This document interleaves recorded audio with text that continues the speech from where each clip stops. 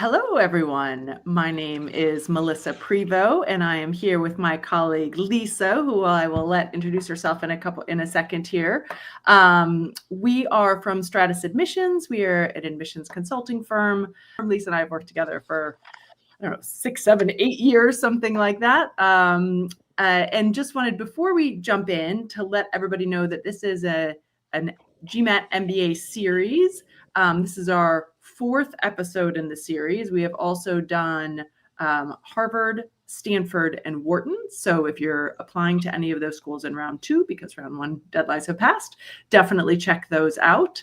And Lisa and I will actually be doing Columbia next week as well. So something to look forward to. But I will turn it over to Lisa so that she can introduce herself. Great. So, quick background, I have an MBA from the Johnson School at Cornell University. I spent about 11 years working on Wall Street in New York City. I did equity research, some private equity, investor relations. Then I moved to Boston and spent 13 years as an admissions committee member at the MIT Sloan School of Management. So saw everything from that side of the table, and then I came over to Stratus, and I'll tell you it's much more fun on this side of the table. And I've been with Stratus, the Stratus team, I think, for about, as Melissa said, 7 or 8 years, quite a bit of time. That's awesome. Well, I forgot to fully introduce myself. Right. A little background. I went to Berkeley for my MBA and worked in operations and consulting and education, kind of pre and post MBA. And really, as Lisa mentioned, joined Stratus to be on this side of the table. I was an alumni interviewer, and often in interviews, I'd want to hop on the other side of the table and help the person out and, I give them some tips. And so now both Lisa and I can do that. So Exactly. why don't we're going to do this as kind of a question and answer format. Great. Lisa, I'll throw you some questions, and then I'll probably pipe in with some thoughts of my own, if that's okay. Sounds great. All right. Great. So our first question is MIT Sloan just the quant plus tech school, or is it its appeal broader? What makes Sloan truly unique when compared to Harvard or Stanford? Wow, Melissa, we could spend an entire session just on that one. But Sure. I do think when people hear MIT Sloan, they focus on the T, the technology. And certainly a little known fact, Sloan started as a course in engineering management. And in 1930, it became the Department of Business and Engineering. So it still really sits at that intersection of business and technology. And currently, about 19% of graduates go into technology. So certainly there is a tech focus there. But 32% of graduates, plus or minus, go into consulting. About 25% go into finance, and not just serious quant analytics jobs. And about 7% go into healthcare and pharmacy. Part of that is because of Sloan's location. There's a lot of hospitals and pharma companies in the area. So I think that really well-rounded basis, but with that basis in technology and in business, is what really sets it apart from HBS and Stanford. Yeah, I was reflecting on my clients that are or have been through. I was like, okay, how many of them actually went into technology? And I looked just in the last couple of years, one went into consulting, one went into finance, one went into kind of media technology, which is kind of interesting. And the other has done her internship in PE and is looking to go to consulting. So, a wide range, as you can just back up. My clients as well. I agree. Yeah. All right. So what kind of candidates do you think thrive at Sloan, and how does Sloan define principled, innovative leaders? Sure. Candidates who thrive at Sloan are candidates who really, truly are collaborative. I know a lot of schools talk about that, Melissa. We talk about it with our clients, but there's so much group learning that happens there. It's really a lot of experiential learning where you're dealing with groups, a lot of hands-on learning. And that's the kind of student that's really happy at Sloan and does really, really well at Sloan. And Sloan is really, and they're very clear about what they're looking for. They're looking for people who are doers, who aren't just there to absorb, and there's nothing wrong with absorbing knowledge. That's certainly a big part of being in school, but they're really also looking for people who have ideas and really want to put those ideas to work. If you think about their motto, they've got the overall motto is Mans y Manus, which is mind and hand, how the two go together. But the Sloan tagline is ideas made to matter. So it's having that idea and then also having the resources on campus, at the Sloan campus, through the Institute in general, and among your peers and the environment that Sloan is set in. And those are the people that really are happy and at Sloan. And those ideas don't have to be curing cancer, building the next greatest rocket ship or whatever it is. They can be very small things that are impactful. And I can give you a specific example there. There's a very famous company now that the name of which is escaping me, but it's a young woman who I had interviewed a long time ago, who was interested in, did not have an engineering background whatsoever, and was interested in turning waste material into energy. And this goes back many, many years. And she founded a company that still exists in Africa. And it was really solving to this idea of so many places in Africa at the time had health issues because of raw sewage, etc. They also needed energy. So she built essentially a porta potty that could collect waste and then convert that waste into energy. So again, not solving cancer, not building a rocket, but really solving a real problem that helped a large population. So those are the kinds of doers that Sloan is looking for. Yeah, I feel like the curriculum and the labs that Sloan has and how proud they are of their labs really showcases that as well. And that there's just, they want people in there with creating things in the labs versus, sitting in a classroom. I mean, again, not that they don't sit in classrooms in any classes, but it's, that's just exactly a part of who they are. Exactly. And I'm sure you do too, Melissa, but I always encourage my candidates to look beyond. The media lab is a big one that people always hear about. And oh my gosh, if you have the chance to go in there, go. They do the coolest things. But there's also the aging lab. There's tons of labs. Not all of them are affiliated with Sloan, but they're part of the institute. And so as a Sloan student, you do have access to those. So there's really amazing resources across the campus. Yeah, I think it's cool in any school how you can take advantage of things across the campus. Yeah.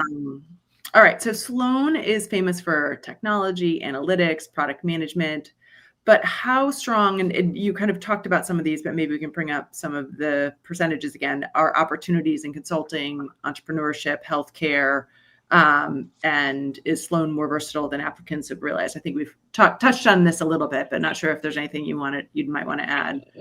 Yeah, sure. Again, I think it's about 32% into consulting, 25% into finance. And part of that speaks to the Boston location. Boston is home to a number of finance firms, Fidelity, Bain Capital, Wellington Management. So they're right across the river from MIT. It's very easy to get to. If you haven't been to Boston or Cambridge, a very navigable city, very easy to get around. So it's easy to cross the river and meet some of these folks. Ditto with consulting, Boston Consulting Group, obviously the one that comes to mind, headquartered in Boston. So there are really great opportunities for that. Healthcare, one of the biggest, if not the biggest employer in Massachusetts is the Mass General Brigham hospital system that has a number of hospitals throughout the Boston area, as well as across the state and in other parts of New England. There are a lot of opportunities. There's a healthcare certificate, for example, at Sloan that allows MIT students to really embed in different practices at the Mass General Brigham and their different facilities. So they can really, again, that experiential, that hands-on learning and really see what it means to be working in healthcare. So it is a lot more versatile than many candidates initially realize. Once they do their research, they see that. But again, that focus on the T sometimes is a little deceiving. Yeah. And while we will answer most questions in the chat at the end, Roni put in a question about banking and PE, and I just brought up the employment report. And just to answer that, looks like we've got 6% this in the most recent cycle went into banking and about 7% between PE and VC. So, there's a decent chunk of that 25% that's going in those directions. So just to answer that. Yeah. And I didn't mention entrepreneurship.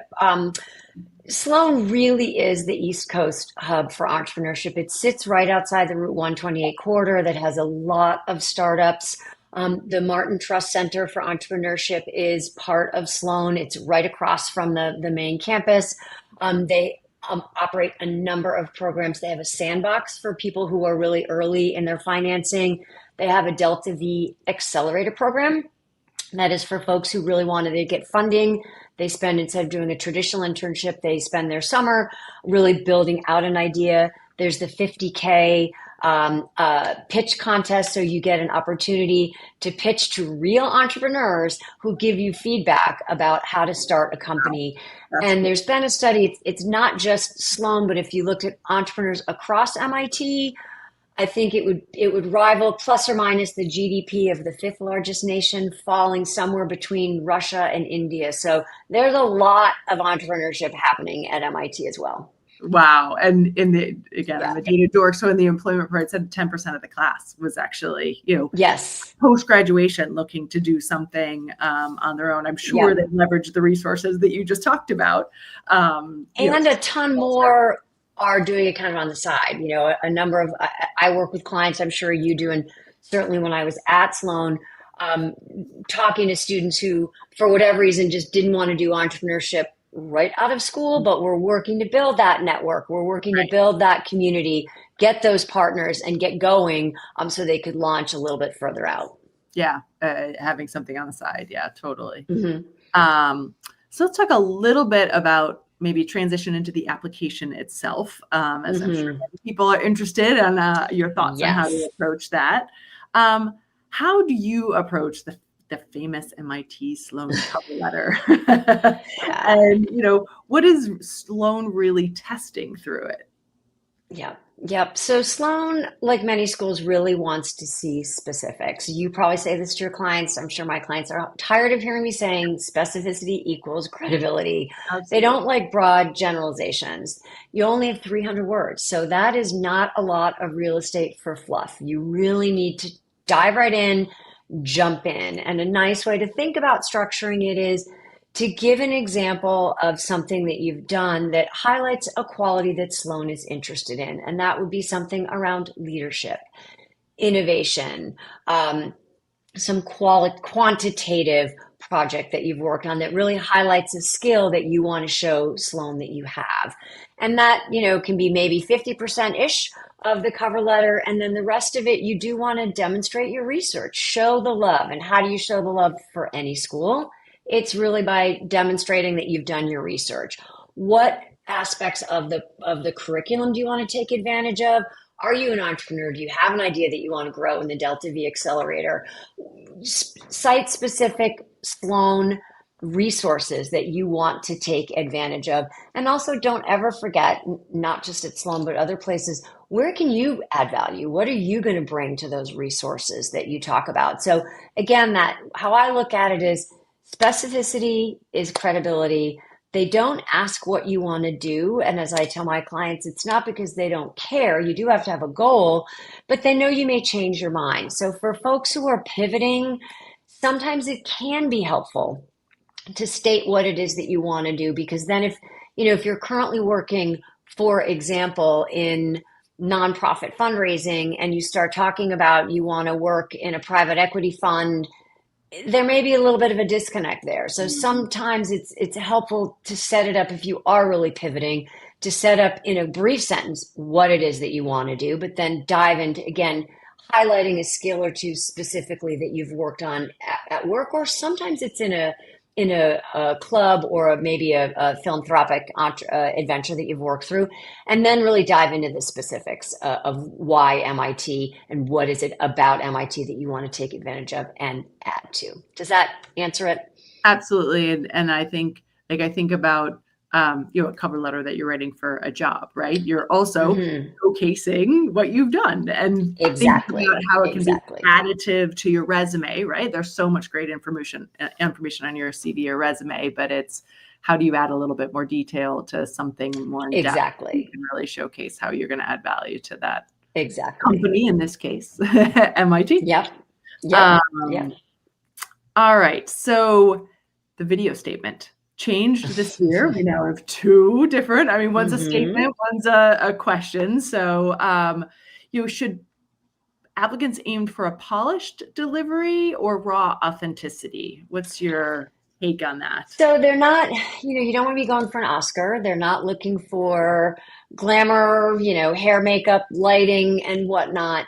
They really want to test out in the statement, how do you think on your feet? So they just really wanted to see how are you able to form a sentence? Are you able to really form thoughts and come up with an answer?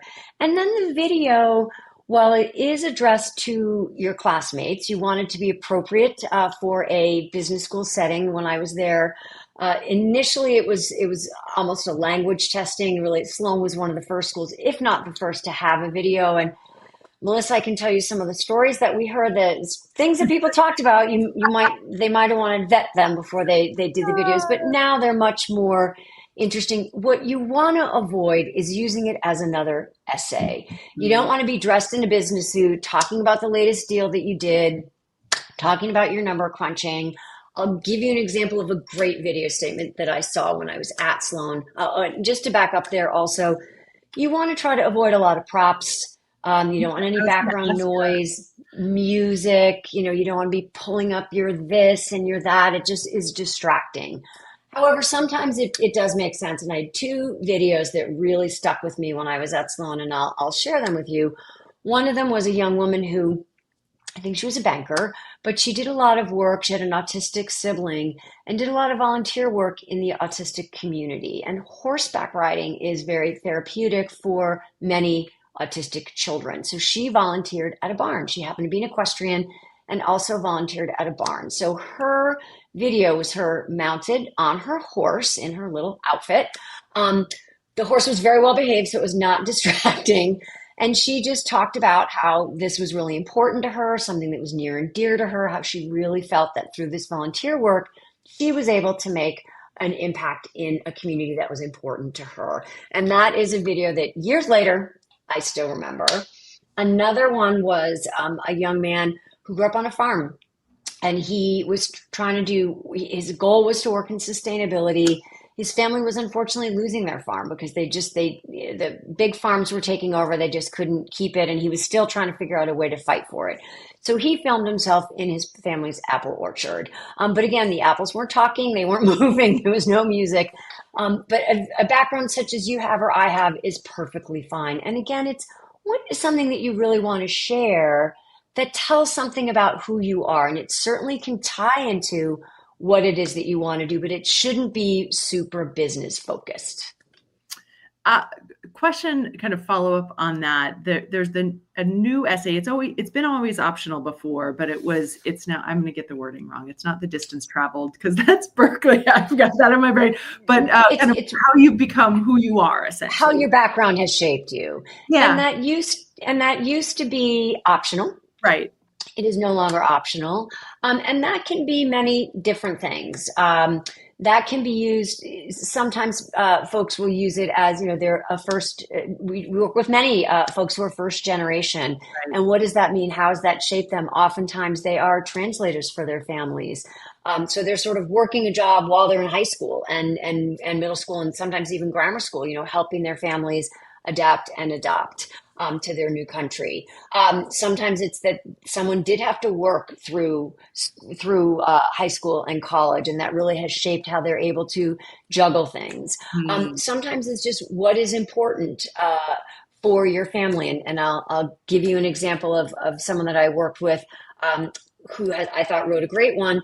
He came from an Irish Catholic family, parents from Ireland, grandparents all immigrated together, and a big tradition for them was Sunday suppers. And that's like a 3:00 in the afternoon. You come and you have a big family supper, and there's just no getting around that. You show up. And he was talking about his grandmother who was starting to have dementia, and she still wanted to have everyone over, and how the kids really started taking over. And the point of that essay is family has shaped me. Family and relationships are really, really important. Mm-hmm. So again, you don't want to segue into another business. Oh, work has shaped me. I work 80 hours a week, and that's who I am, and that's important. That may be true for you, and that's great, but that's not what they're looking for. It's those external things outside of work that have really shaped you. Right. And probably thinking about, how is this going to help me add to the fabric of the classroom too, right? The unique Exactly. perspective that you're gonna that they Exactly. yeah. Exactly. And again, given that it is a collaborative place, showing something that highlights teamwork or working in groups or volunteer work, community work, things that you may not have a chance to really highlight on your resume are great things to when you're trying to think about which topics, what's really interesting to you, what are you involved in? Are you a big sister, big brother, and you have a little that you spend a lot of time with them? Sometimes that could be a great topic. So Mhm. think of something that actually is really important and meaningful to you that you would want to share. Yeah, no, that's great. And just a funny story, I was going to add in a memorable client video, and she was also on a horse. Oh, More okay. recently, it was definitely not the same person, and she just graduated from MIT. So, Oh, anyways, okay. interesting. Okay. All right. So I how? hope this doesn't mean that now all of a sudden there's going to be a No, lot I of know. equine videos I for almost Sloan. didn't say it. So please do not take this, as you should go do your video on the horse. Right, That will right, actually now make you not unique. right, um, right. okay, so the interview. How does Sloan's interview differ from other schools, and what kind of past behavioral evidence is the AdCom looking for? Yeah, so it's very different than most schools. I think Sloan is still the only school, certainly when I was there, that uses professional interviewers. That's not better, that's not worse, that's just Hmm. their policy. And what that means is there's no grad students, there's no students, there's no alums doing interviews unless those alums happen to work on the admissions committee. Generally, interviews that are held by admissions committee members tend to be a little bit more rigorous. And this is true with Sloan. Sloan will have read your entire file, not just your resume. They will have read your essays. They will have read your recommenders. They will have looked at everything. So they will see all the information. They will ask, generally what they're looking for is they may be looking for more evidence of a particular quality. They don't necessarily have a list of set questions that a student would often have, and again, those are fine as well, but they're going to be much more tailored to you. Melissa, what did you do in this role? And you may give an answer, and again, if you're talking with a student, they may be like, okay, we're going to move on to the next answer, whereas maybe the interviewer at Sloan is going to have a follow-up to that. Well, what did you do then? Tell me what happened next. So you want to make sure that the stories that you're highlighting are very robust stories, and certainly not that candidates make things up, but you don't want to make something up or sort of embellish on something, because if they dig in and you don't have a good answer, you're really going to get stuck. So I'm sure that, candidates have great examples. I tell all my clients, you are the expert of all things you. Like most places, they're not trying to trip you up. Interviews are inherently stressful, but they're not meant to be stress interviews. They're looking for reasons to put you into that accept pile. So make sure that the stories that you highlight, again, what are they looking for? What are they aiming through? What kind of past behavioral evidence? It's, again, leadership. It's making an impact. Have you had any innovation at work? If you haven't, that's fine. But if you have, those are things you might want to talk about. How are you on a team? You want to give and solid examples, and not in general, I would. It's in this example, I did. And I know, Melissa, we often talk about our clients. We want to make sure that they're team oriented and team oriented sounding, but you also want to avoid the we. We did this. Yeah. Was it you, Melissa, or was it Lisa, or who did that? So, if it was a team, you can certainly cite your team, but you also don't be afraid of citing your strengths and your impact so that they have something to really evaluate you on.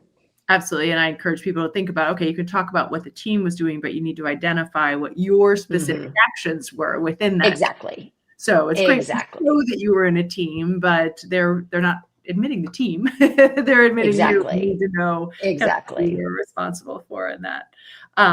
So right, just before we jump to the next question, I just want to encourage people, if you have any individual questions, please feel free to enter them into the chat or the comments area.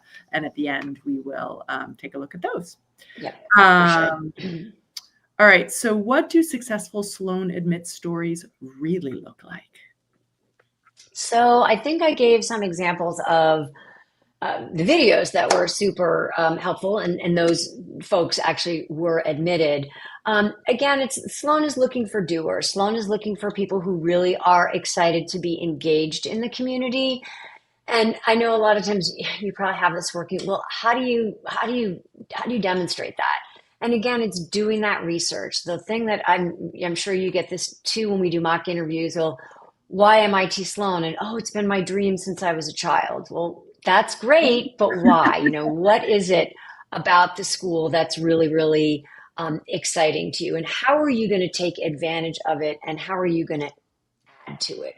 It's a fairly small cohort, so it's not a large cohort. You're going to get to know your classmates very well. You're going to get to know your professors very well. Are you going to be someone, there's that overused, is it someone you want, what is it? Do you want to have a beer with, or you want to sit on an airplane with? I don't know, whatever the story is. Either one of those things, is this candidate going to be someone who is going to be nice and pleasant and additive and really, really bring a sense of energy to the cohort? So what they're really looking for initially is, and I think any school is like this, can you cut the mustard? What do those scores look like? Are you going to be in their range? And why that's important is twofold for Sloan and every school. First, they want to make sure you can cut the mustard in the core, because if you can't, you're going to struggle and your team is going to struggle. And it's just not fair to anyone. And secondly, for better or for worse, those rankings still matter, and they don't want to accept anybody that's going to really throw their stuff out of whack. That's not to say that you only have to have those. You can be sort of, I call it spiky. You can have strengths in really different areas. You can have a lot of teamwork skills. You can really be an empathetic person. You can really be an innovator. So they are looking, you don't have to be all perfectly well-rounded. You can have those areas that you're really, really high on the scale.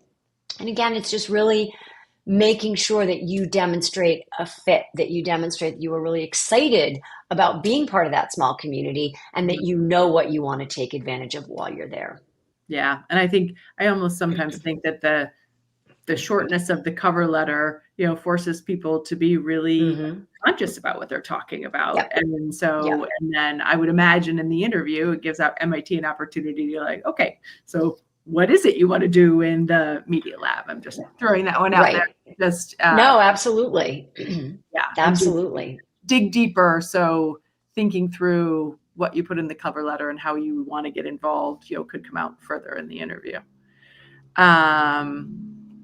So what subtle cues in the Sloan application might trigger an interview invite? So again, that interest, that curiosity is a really big thing. That looking for new ways to solve old problems. I work with a lot of military candidates, for example, and military is near and dear to my heart, but there's a military way of doing things, and each branch and each has their way of doing things. And I've worked with a number of clients who've sort of come up with different ways to solve those old problems in that this is how we do it kind of environment, and have been very successful at that. And I think it's, again, that curiosity to not just follow a path. And if you followed a path, I don't want to make it seem like you're not going to be admitted, but just thinking of different ways, looking at old problems, looking at old institutions, maybe through a different lens, and bringing and trying to bring that creativity and having that little bit of spark. And I think that's always something that's going to catch the eye of an admissions committee member, particularly at Sloan. Yeah, for sure. That innovation, solving old problems in new ways. Yeah. Or just solving any problems, being proactive and not being afraid. Sometimes the new person doesn't want to speak up because they're the new person, but having that courage and the courage to be wrong. And Sloan is perfectly happy to see stories of things that didn't go well. Because I won't speak for you, Melissa, but I've done many things that have not turned out as I've planned. And you always learn far more from that than if everything went well, because you don't know what made it go well. Whereas if it doesn't go well, you know why it didn't go well. So mentioning something that didn't go well is not something that needs to be avoided in an essay, particularly for Sloan. They know that doers are going to make mistakes, and it's okay to do that. Yeah. And I think that innovation requires failing a little bit, right? Yes. Trying things and knowing that I like what you're saying there about the comfortableness to fail and know that that's a part of the process, and exactly. that comfortableness. Do you think that when someone applies from a round perspective makes a difference for Sloan? We get that a lot. I'm sure you get that question a lot, Melissa. I think years ago it might have mattered, but I mean, Melissa, our audience probably doesn't, but Stratus is part of an organization called AGAC, and I think it's Association of International Graduate Admissions Counselors, something like that. I know it, and then I forget it whenever and they have an annual conference, and our counselors meet with admissions counselors from all the top 20 schools. And we also, last year, for example, we went and met with the group from Wharton. So we are in contact with schools a lot, including Sloan. And they do really tell us that it doesn't matter anymore from an admission standpoint. They save seats round one, round two. They save scholarship money round one, round two. If a school has round three, that's a whole different animal. And that is not something that you and I would encourage someone to wait for round three. Sometimes that's, very talented candidates.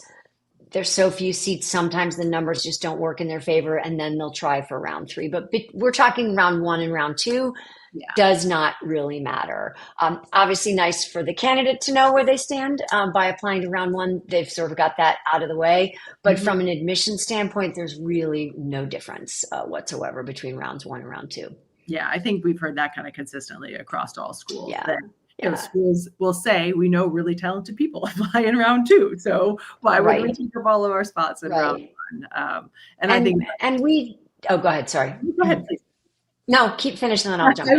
I was just going to say, I feel like round three is a little bit of a plugging holes round. I think schools admit people round three every year. Yes, they do. But they tend to be looking for a specific person with a unique background that was going to add to, the group of consultants and finance people that they found in round one and round two, arguably.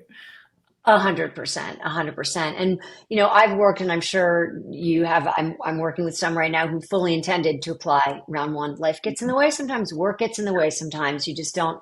And what I always tell my clients, I know you do as well, Melissa, is when you hit send, we as Stratus consultants, we can't guarantee that you're going to get in, but if you followed our process, we can guarantee you'll have the best application possible. And that's what you want. You don't want to hit send and think, ooh, if I had another week, if Melissa could have read it one more time, you want all that doubt out of the way. You're going to submit the best thing you can, and then it's out of your hands. You've done your best, and the chips will fall where they may.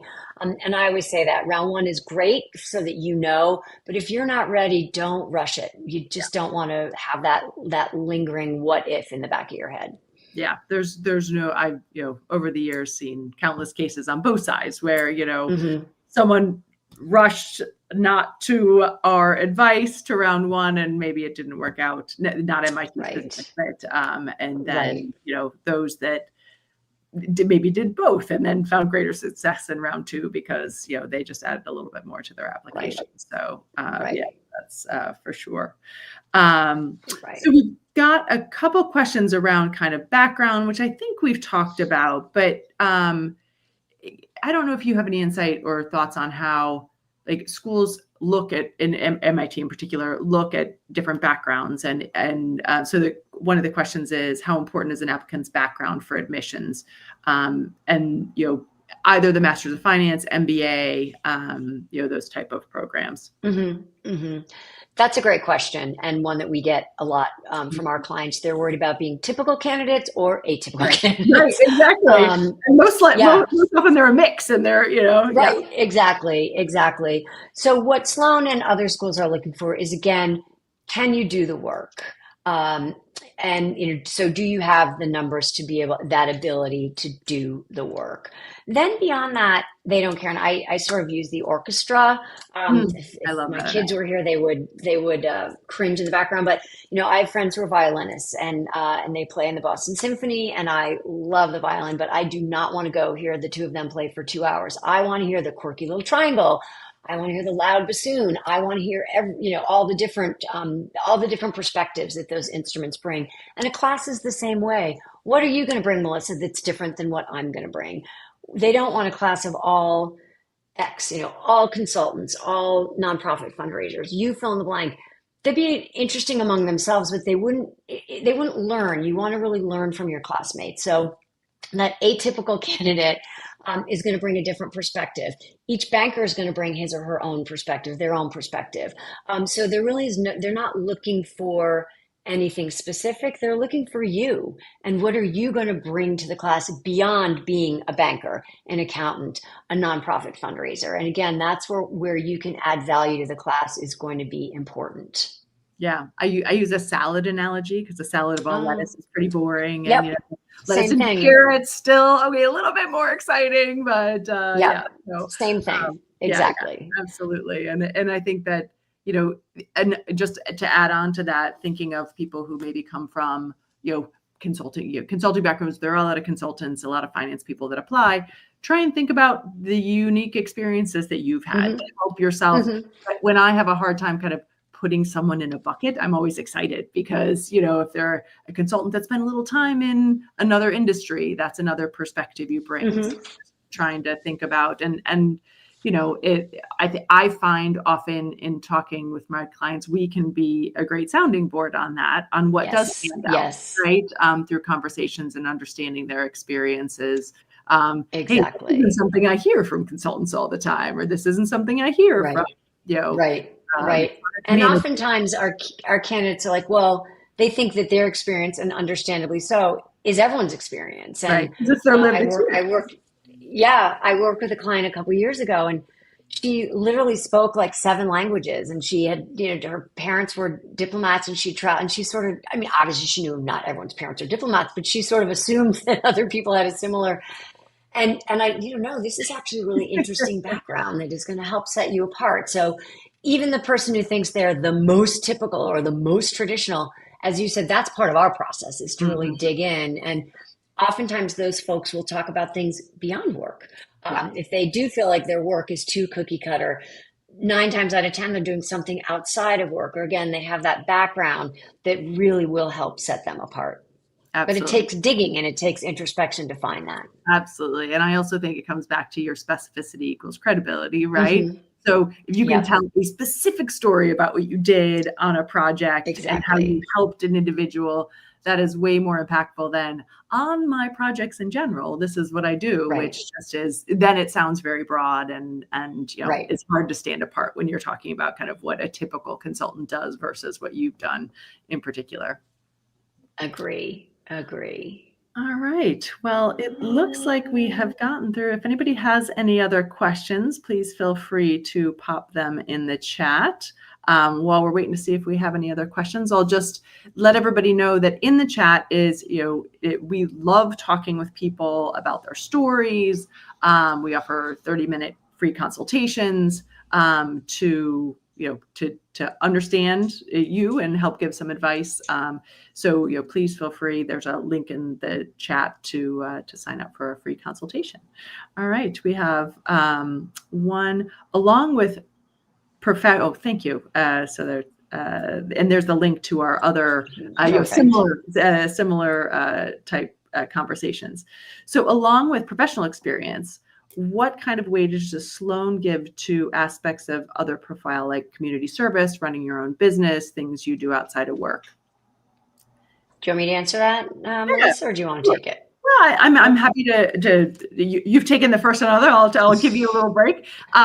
I think this is true of any school, not just MIT, is that schools are looking for evidence of impact and leadership. And as Lisa talked about, MIT in particular is looking for innovation and you doing, right?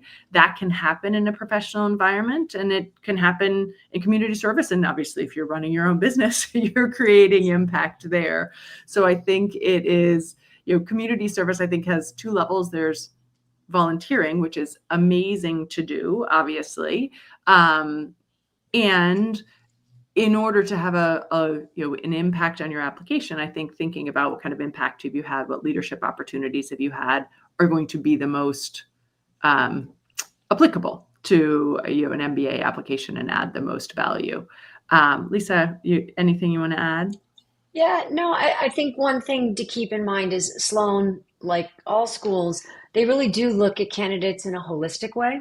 Mm, They look at first those numbers. We've talked about that, just really to make sure that, if you pass that bar, then they're going to look at that work experience. What have you done? What's the impact? They also look at leadership and community service, and leadership can be informal or formal. Not everyone has a high title. Certain industries don't give out titles. Some industries you get promoted automatically every 2 years. Others are much flatter, so they're not worried about that. Community service is an important thing.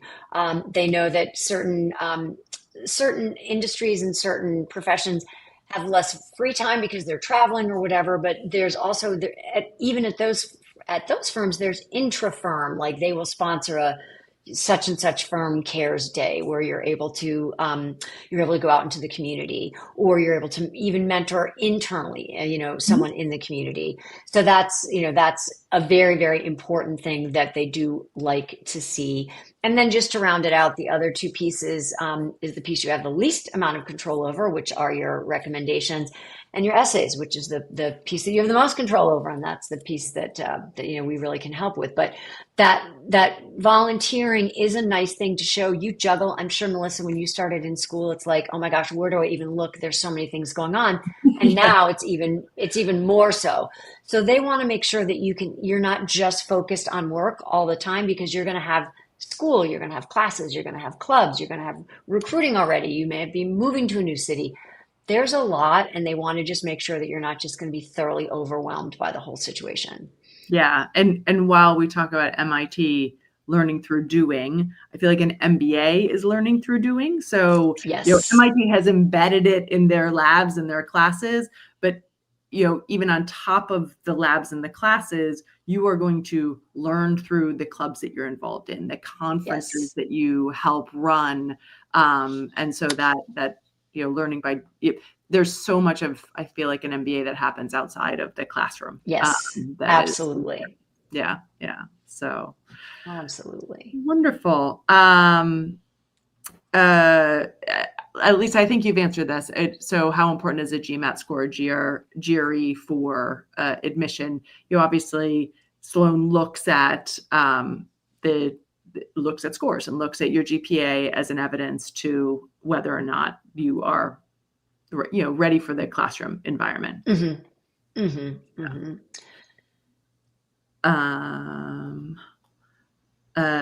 So, okay, we've got a question here with kind of years of experience. So someone with 14 years of experience, what sort of chances at admissions at 38 years of age? So generally, and this isn't just Sloan, is the tenure is generally it's 3 to 7, with the sweet spot really being, or it's 2 to 7 with the sweet spot really being 3-ish to 5-ish. Yeah. And the reason for that is they're not ageist. It's that the companies coming in to recruit are expecting a certain level and will hire into a certain level. For folks, and you probably have worked with some as well at Sloan and other places, so many schools have executive MBA programs. Sloan has one. It's a terrific. I worked in that program as well. So it's for mid-career. It's a minimum of 10 years work experience. And now I think the trend is probably around 17, or maybe 14 or 17. I should look that up. It's one or the other. So it's a good number. So the person asking that question may want to consider that. Sloan also has a 1-year immersive program that is called the Sloan Fellows Program. And that is more MBA-like in that it is an immersive program. It's a very small program. It's a year in duration. And the average work experience for that is closer to 10. So someone who has more tenure may want to consider looking at an executive or, one of those in-resident programs. A mid-career, yeah. And the other, I've had some people that have come to work with me looking for a full-time program. And then once we introduce the concept of an EMBA to them, it becomes very attractive in that if you think about, having 10, 15 years of experience, if you're sitting in a classroom with people with 2 to 5 years of experience, there's an imbalance of knowledge, right? You're there to grow your knowledge. And if your classmates just have a different level of experience, Yes. you're not Yes. getting the value that Right. we would hope that you would get out of that. Exactly. Program. Exactly. That's the other side of it as well. Yeah. Good point. Yeah. So wonderful. Well, Lisa, this was amazing. I always love spending time chatting with you. So thank you. And thank you, everybody who joined us. Thank you for the questions. As you saw in the chat, I think we've got links to our prior conversations. Lisa and I will be doing this for Columbia next week. And we hope that we get a chance to have a conversation with some of you in a consult. So excellent. All right. Thanks, everyone. We'll see you next week, Melissa. All right. Take care. Bye-bye. Alrighty. Take care. Bye-bye.